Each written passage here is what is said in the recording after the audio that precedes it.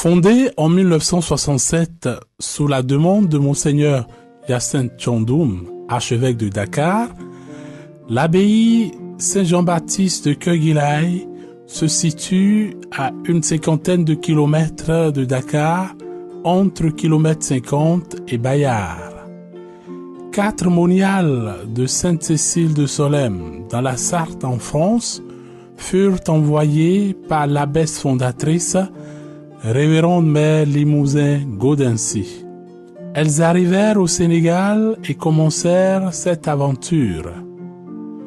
Accueillies par les moines de Kemoussa, fondés en 1963 par le révérendissime Don Jean Proux, abbé de Saint-Pierre de Solesmes, et les sœurs Servantes des pauvres, fondées en 1965, les moniales logèrent à Sainte-Scolastique.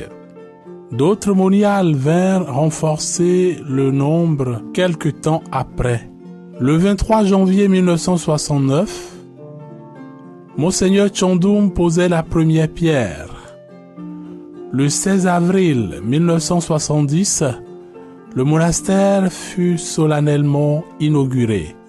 Son rayonnement attire des vocations. Le 25 avril 1993, il était érigé en prieuré autonome et Révérende Mère Françoise de Brandt élue prieure.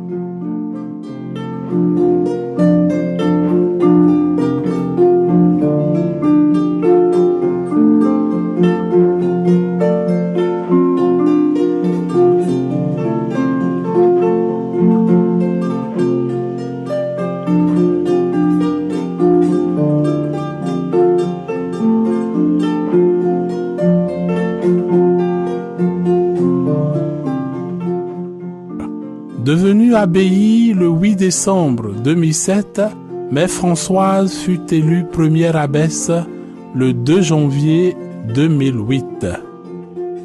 Elle reçut la bénédiction abbatiale le 12 avril de la même année. Elle entra dans la joie de son maître le 20 mars 2011.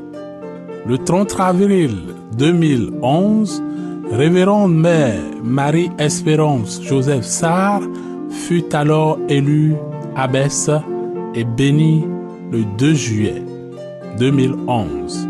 Aujourd'hui, en avril 2017, l'abbaye fête ses 50 ans et rend grâce pour tant de dons reçus en ce lieu.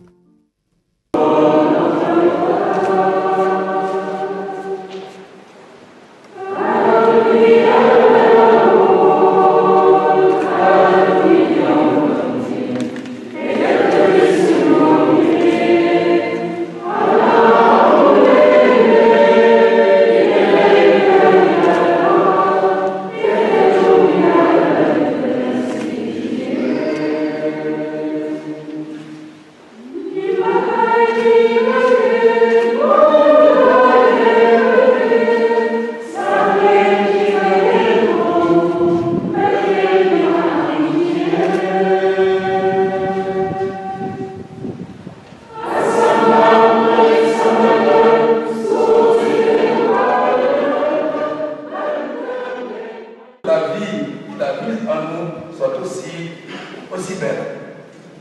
Mesdames, félicitations.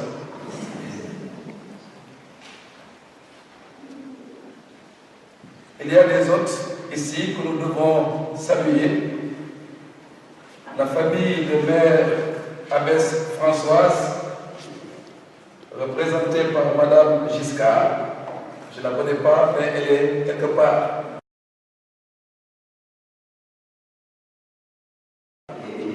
Voilà, dans la discrétion.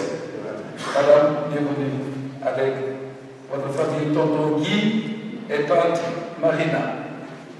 Soyez les bienvenus et merci de votre fidélité à cette maison. La mère abbesse Claire de Sainte-Cécile et adresse de l'abbaye fondatrice de ce monastère. Voilà, c'est plus clair. Applaudissons.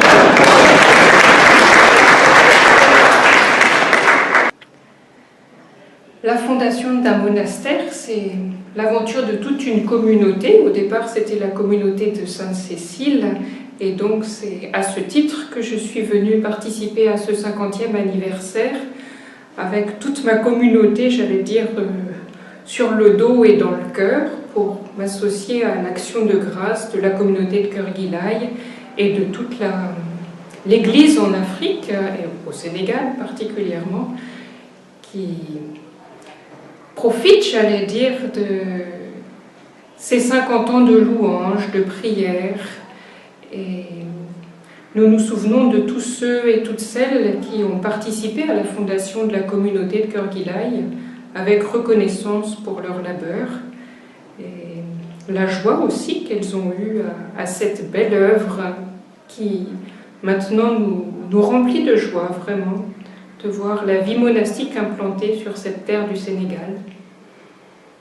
Donc pouvoir m'associer à la joie et à l'action de grâce, à l'adoration de la communauté de Kerguilaï était pour moi une grande joie et une source d'espérance pour l'avenir.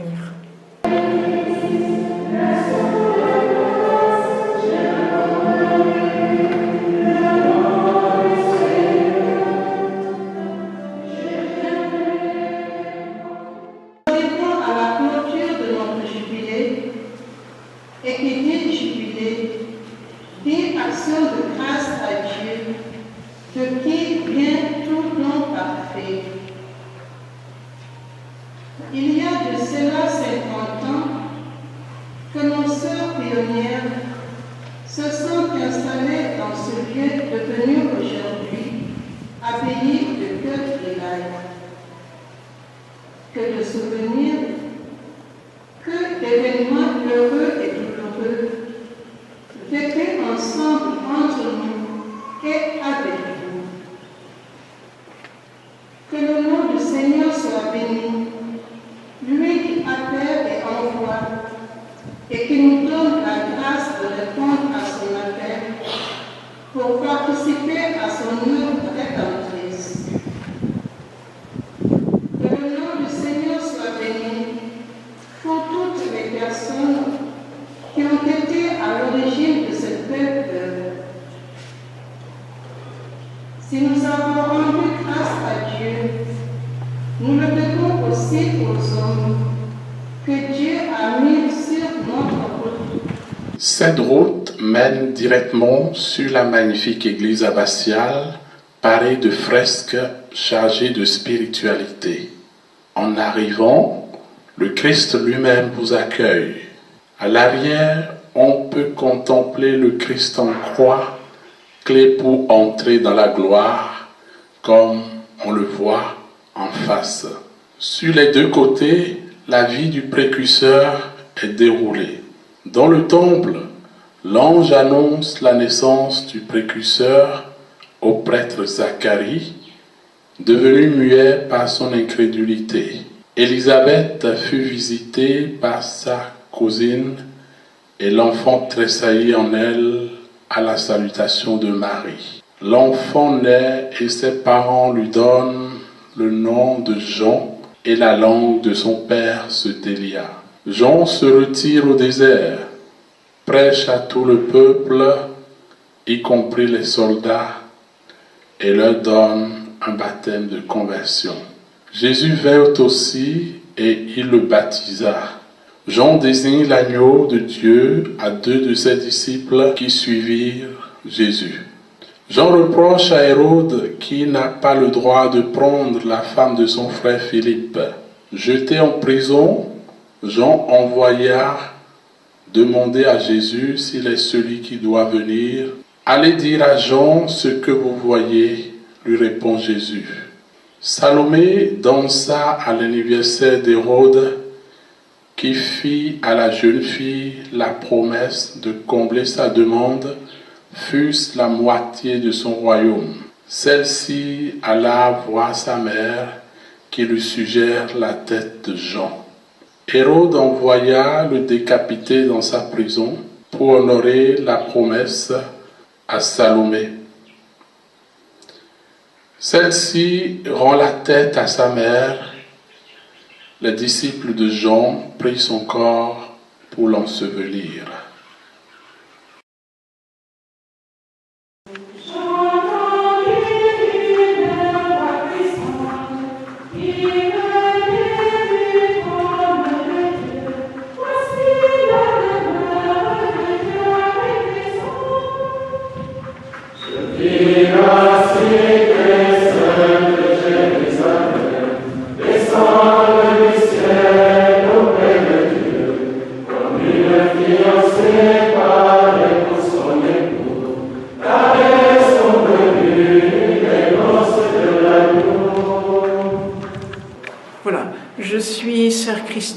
l'abbaye de Jouarre, professe donc entrée au monastère en 1980, et je travaille dans le cadre de l'AIM, Alliance Intermonastère, et c'est au titre de l'AIM que je suis présente ici à Kerguilaï pour me réjouir avec les sœurs du cinquantenaire de leur fondation qui sera célébré cet après-midi même.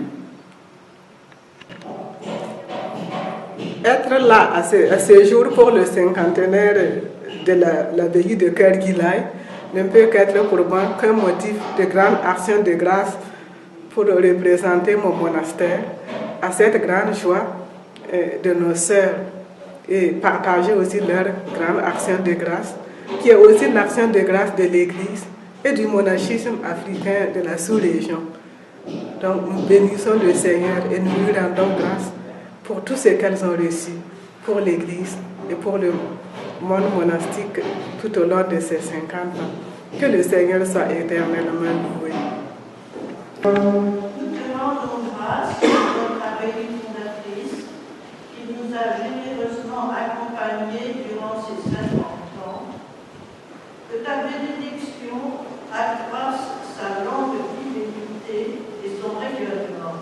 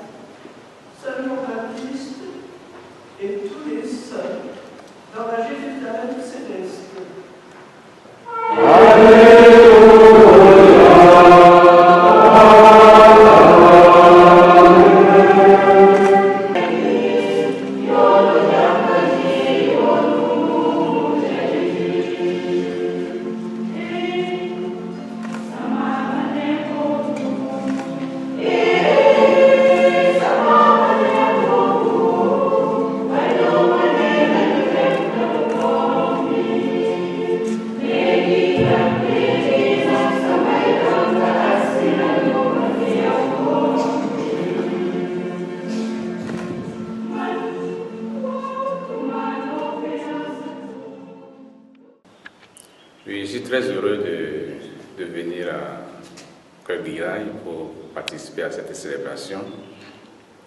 Il y a 10 ans de cela, j'étais là pour une session sur session des maîtresses novices. Bon, je reviens encore pour une rencontre à Kouemoussa, mais ça tombe bien que je vienne à Kerguilaï pour participer à cette célébration jubilaire. En tout cas, c'est en arrivant ici que j'ai appris qu'il y avait le jubilé à Kerguilaï, donc c'est une grande joie. Je ne connais pas cette abbaye, je connais des sœurs qui vivent, je connais aussi de noms, bien sûr, depuis très longtemps. Donc c'est un don que Dieu me fait de pouvoir partager cette action de grâce et de découvrir avec émerveillement Dieu à l'œuvre ici en terre sénégalaise, chez nos moniales. Le Seigneur du ciel et de la terre vous a rassemblés pour fêter l'anniversaire de cette Église. Qu'il multiplie sur vous ses bénédictions.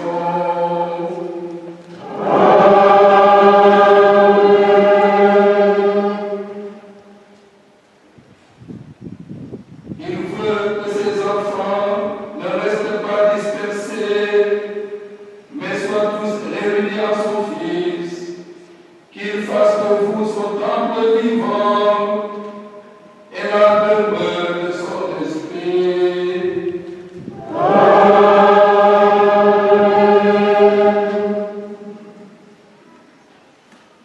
Puissiez-vous avoir le cœur pur pour que Dieu habite en vous dès maintenant et vous reçoive un jour avec tous les saints dans la maison où Jésus vous a préparé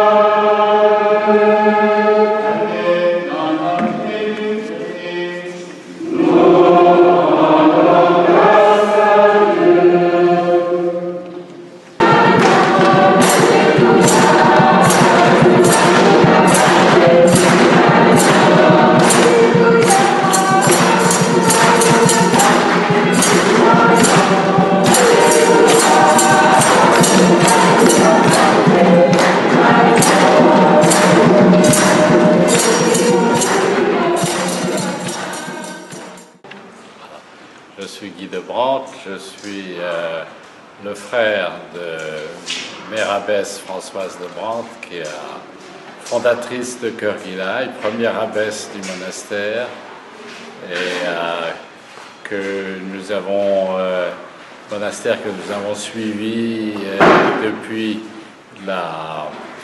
sa première pierre, puisque moi c'est mon propre jubilé, puisque je suis venu ici en 1967 pour la première fois pour voir ce qui était à l'époque un terrain et un rêve, qui était celui de construire un monastère. Bon, Mère Françoise habitait à ce moment-là à Sainte-Scolastique, qui était la petite hôtellerie des Servantes des Pauvres. Elle était là avec les deux sœurs cofondatrices. Et puis, petit à petit, les choses se sont évoluées. Et on a vu monter les murs de l'église, etc.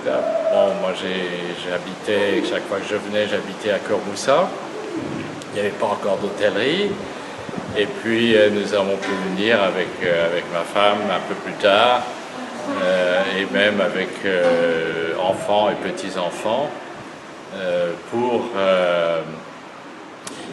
c'était la grande fête à Cœur-Moussa, de plusieurs ordinations, et c'était loin d'être le jubilé de Cœur-Moussa. Ah non, c'était bien avant. Les manifestations les plus importantes qu'on a assistées, c'était Mère Abbesse quand elle est devenue Mère Abbesse.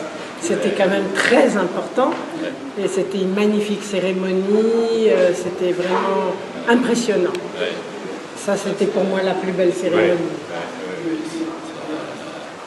Bon, entre-temps, il y a eu, mais ça, c'était vraiment le moment le plus... D'abord, la transformation de ce qui était un prieuré en monastère. Donc ça, c'était la décision du père abbé de Solesmes, qui avait souhaité que cela se fasse, et puis l'élection de Mère Françoise, première abbesse de Cœur Guilaï. Bon, après l'autre, c'était malheureusement l'enterrement. Qui était très émouvant parce qu'il y avait tellement de monde qui est venu. C'était vraiment magnifique de voir toutes ces personnes. On avait pu accompagner, on est venu quand même plusieurs semaines, quand elle a quitté Sainte-Cécile, elle voulait revenir absolument ici. Et on a pu passer beaucoup de temps avec elle à la clinique du Cap à Dakar. On a passé une grande semaine en la voyant 2 fois par jour. Et puis on est revenu, et à ce moment-là, moi j'ai dit à mes sœurs... c'est fini. Il faut revenir. Bien, mes souvenirs de Cœur Guilaï sont très très anciens, puisque j'ai pu venir ici avec Mère Françoise il y a plus de 50 ans, quand il n'y avait encore rien. Nous avons arpenté le terrain de Cœur Guilaï en y semant des médailles de Saint-Benoît. Et ces médailles, bien, elles ont eu une belle récolte. Mes souvenirs de la fondation de Cœur Guilaï sont nombreux, bien sûr, parce que nous étions arrivés en 1963 et les moniales sont arrivées après les Servantes des Pauvres, et puis la construction en 1970, et choses comme ça. Alors, je me souviens d'une sortie que j'étais venu pour célébrer la messe, peut-être, je ne me souviens plus de quelle occasion ça s'est passé, mais Mère de Brandt m'a emmené sur un terrain qu'elle hésitait à prendre parce qu'il y avait un autre terrain sur la route de Thiès. Alors nous sommes allés sur ce terrain, qui était le terrain de Cœur Guilaï actuel. Et on s'est assis sous un arbre, un des rares arbres qu'il y avait là. Et en face, on avait les collines de Thiès. Alors j'ai dit, écoutez, ma sœur, je l'appelais ma sœur à ce moment-là, elle n'était pas encore mère abbesse, mais je trouve que le paysage est magnifique là, par rapport. ce n'est pas les Pyrénées qu'on voit quand on est à Toulouse, par exemple, et qu'on voit les Pyrénées. Mais il y a quand même un horizon qui est assez impressionnant et très paisible. Alors, je lui dis, moi, personnellement, je choisirais cet endroit-là. Il est très contemplatif. Alors, je ne sais pas si ça a influencé Mère de Brantes, mais enfin, elle a peut-être appuyé un peu son choix pour Kerguelen. Mais sans ça, les premières moniales, sœur Agnès, sœur Cécile, sœur de Brantes, bien sûr, elle venait à tous nos offices, assistait à tous nos offices, bien sûr, avant de pouvoir chanter elle-même dans un lieu vraiment qui leur appartenait, qui a été Kerguelen. Avant, il n'y avait rien. Il y avait Saint-Scolastique, c'était 4 petites chambres très très modestes, avec une petite cuisine. On ne pouvait pas faire un monastère avec ça. Mais, bien sûr, elles disaient leur office, mais ce n'était pas assez digne pour une communauté. Et voilà.